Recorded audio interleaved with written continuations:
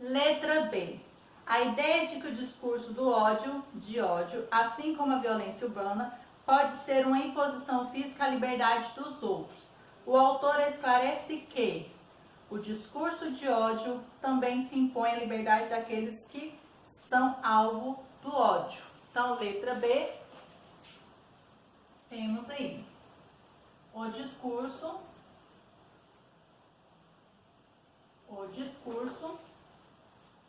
de ódio também se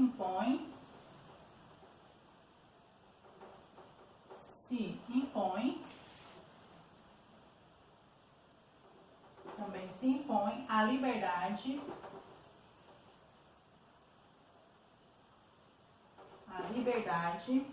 daqueles que são alvo de ódio, ou alvo do ódio,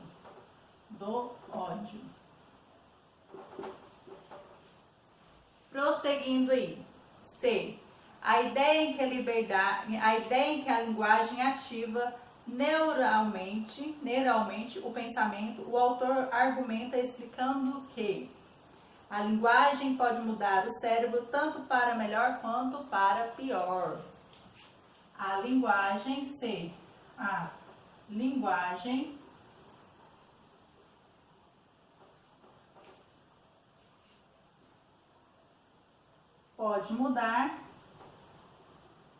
pode mudar o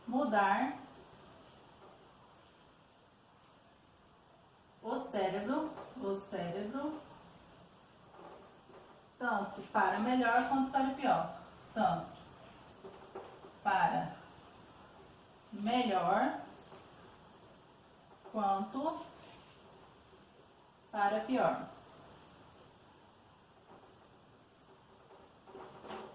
quanto para pior. O exercício número 6. Então, pediu assim para vocês. Por que o discurso do ódio não é liberdade de expressão? Escreva um artigo de opinião sobre esse tema. Então, na leitura dos exercícios, na explicação dos exercícios, nós lemos as dicas aqui. Então, vocês, fizeram aí ou vão fazer ainda um artigo de opinião falando sobre por que o discurso de ódio não é liberdade de expressão. Então, obedecendo todas as ordens, tá bom? Tá? Para desenvolver este artigo de opinião, a estrutura de um artigo de opinião, então, obedecendo as ordens.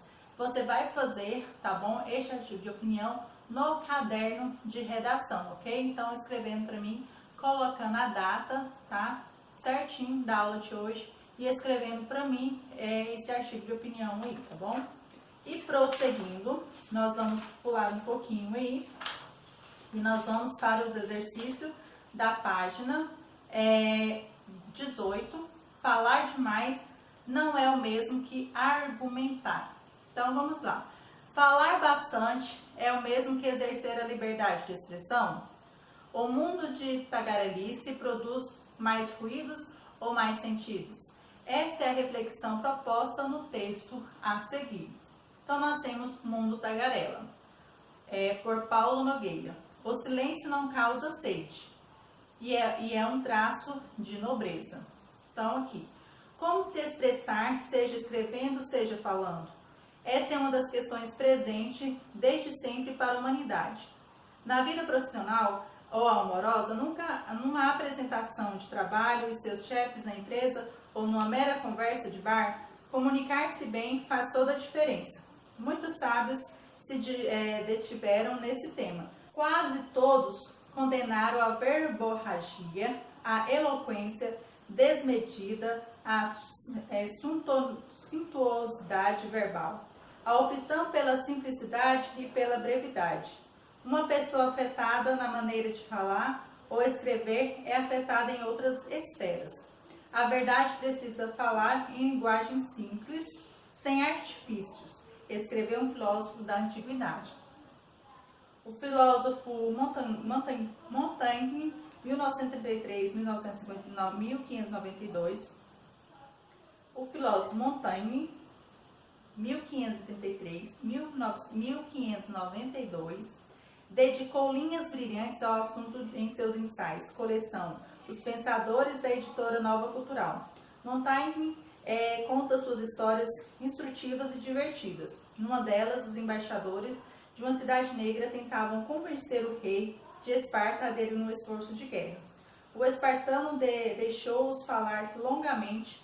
Depois disse: não me lembro do começo nem do meio da argumentação de vocês. Quanto à conclusão, simplesmente não me interessa.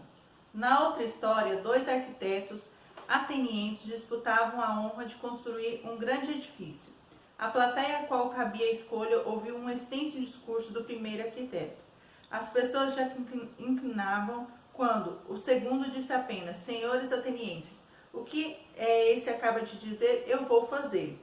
Montaigne cita seu pensador predileto, o romano Sêneca, segundo o qual, nos grandes arroubos de eloquência, há mais ruído que sentido. Escreveu Montaigne: gosto de uma linguagem simples e pura, a escrita como a fala, e suculenta e nervosa, breve e concisa, não delicada e louçã, mas veemente e brusca. Uma linguagem sem afetação expressiva em todos os seus aspectos. Não uma linguagem pedante, fradesca ou de advogado, mas de preferência soldadesca como Suetônio. Os espartanos eram admirados por Montaigne pela simplicidade com que viviam e se expressavam. Ele conta que uma vez perguntaram a uma autoridade de Esparta por que não colocavam por escrito as regras de valentia para os jovens, para que os jovens pudessem lê-las. A resposta foi que os espartanos queriam acostumar os jovens antes aos feitos que às palavras. O mundo é apenas tagarelice e nunca vi homem que não disse antes mais do que menos do que devia, disse Montaigne. Outro mestre de Montaigne, Plutarco, autor de Vidas Paralelas, Palmape, mostrou que falar demais pode ser perigoso. A palavra expõe-nos, como nos ensina divino Platão, aos mais pesados castigos que Deus e os homens podem infligir, disse Plutarco. Mas o silêncio jamais tem costas a dar. O silêncio jamais tem contas a dar. Não só não causa sede, como confere um traço de nobreza. Não falar nada é, não raro, a melhor coisa que temos a dizer, mas uma força irresistível parece sempre nos empurrar para um mundo de tagarelice, tão bem definido por Montaigne. E então estamos condenados a produzir mais ruído que sentido, para lembrar a grande tirada de Sêneca. Então nós temos aqui um texto de Paulo Nogueira, Mundo Tagarela. Então o exercício número 1 fala assim: em grupos, então você vai fazer individual, leia e comente o artigo Mundo Tagarela. Na sequência, sintetize as ideias contidas no primeiro parágrafo, tá? Então você vai desenvolver a habilidade de concisão, então vai comentar essas respostas aí. Então você vai comentar, você vai ler e vai comentar. Então essa resposta, tá, do exercício número 1, tá? Exercício número 1, aí ela é pessoal, tá bom? Pessoal. O exercício número 1 aí é uma resposta pessoal. Número 2. O título do artigo permite ao leitor antecipar o assunto tratado no texto. O título do artigo permite ao leitor antecipar o assunto tratado no texto? Justifique a sua resposta. Então, também, essa número 2 aqui, ela é pessoal, tá?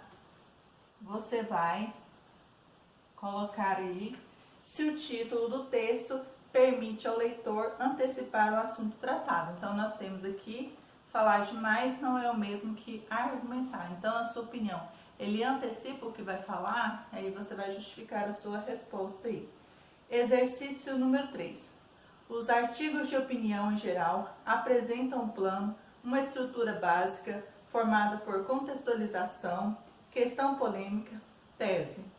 Posição defendida pelo articulista, né? Então, nós estamos falando da tese. Contraposição, posição oposta à tese. Então, contraposição é a oposição oposta à tese.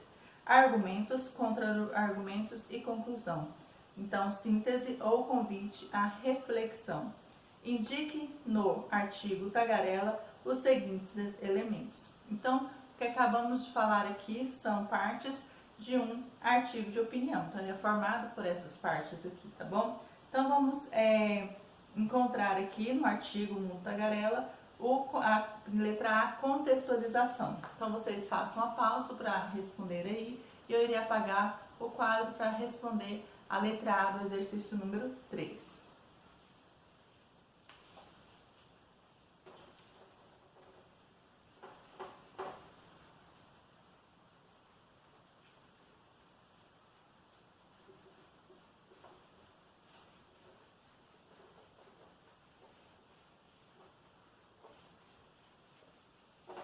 Então, letra A, exercício número 3, letra A. Então, está falando da contextualização. Então, a contextualização é a questão que a melhor forma de comunicar-se é discutida desde sempre. Então, nós temos aqui a questão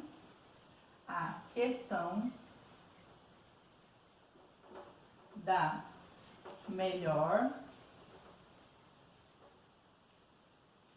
forma de comunicar-se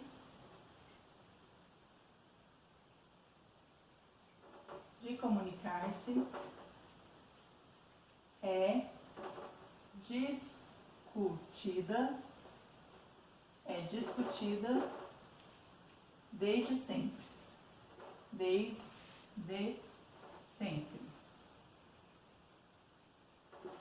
Letra B, nós temos aí questão polêmica. Então, é a questão polêmica aí. Então, nós devemos expressar escrevendo ou falando. Então, nós temos aí como se expressar, seja escrevendo, seja falando.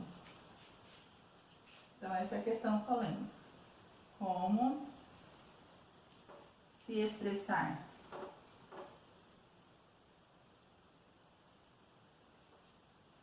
Seja escrevendo,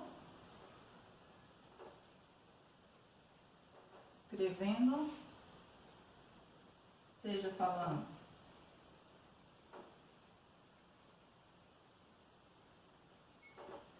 Então, nós temos aí a questão polêmica aí, tá bom? Letra C, tese ou posição adotada pelo articulista. Então, a tese aqui, né, ou a posição, ele fala que comunicar-se faz toda a diferença. Então, comunicar-se faz toda a diferença. Então, letra C, comunicar-se faz toda a diferença. Faz toda a diferença. Letra D. Nós temos aqui, você aderiu à tese apresentada no texto, registre no caderno e justifique sua resposta. Então, você não precisa responder essa alternativa, você já vai para a letra D aí, tá bom? Então, tipos de argumentos. Então, os argumentos são usados principalmente na citação de autoridade e exemplificação, né? Então, são os argumentos, né, que são usados. Então, é a citação desses autores que ele utiliza para basear seu texto aí, tá bom? E no próximo texto, darei prosseguimento à correção dos exercícios, respondendo o restante do exercício 3.